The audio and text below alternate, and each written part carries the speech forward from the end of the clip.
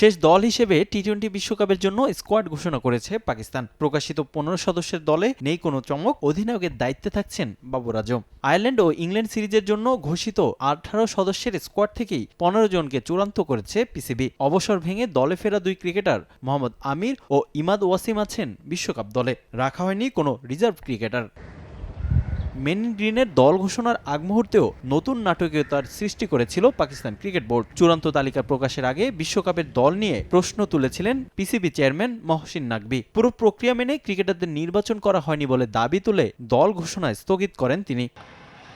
বর্তমানে ইংল্যান্ডের বিপক্ষে টি-20 সিরিজ খেলতে গিয়েছেন বাবর আজমের দল। দলের সঙ্গে আছেন দুই নির্বাচক ওয়াহাব রিয়াজ ও মোহাম্মদ ইউসুফ। থ্রি লায়ন্সদের বিপক্ষে ঘোষিত স্কোয়াড থেকেই হেড কোচ গ্যারি কাস্টেন ও অধিনায়কের পরামর্শে পিসিবি চেয়ারম্যানের কাছে দল পাঠান তারা। তবে নির্বাচক কমিটিতে থাকা বাকি 4 সদস্যের সম্মতিতে স্কোয়াড চূড়ান্ত না করায় তা স্থগিত করেন নাকভি। এর কয়েক ঘন্টা পর বাকি 3 নির্বাচক ও ডাটা অ্যানালিস্টের সঙ্গে আলোচনা করে পুনরায় চূড়ান্ত করা হয় স্কোয়াড। নগদে 500 টাকা বা তার বেশি পেমেন্টে পেতে পারেন ঢাকায় জমিসহ 20 কোটি টাকার পুরস্কার।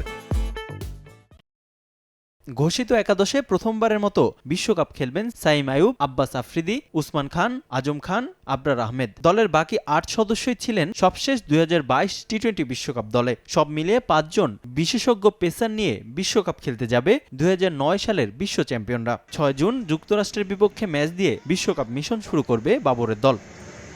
রিফাতুল ইসলাম মিরন, সময় সংবাদ।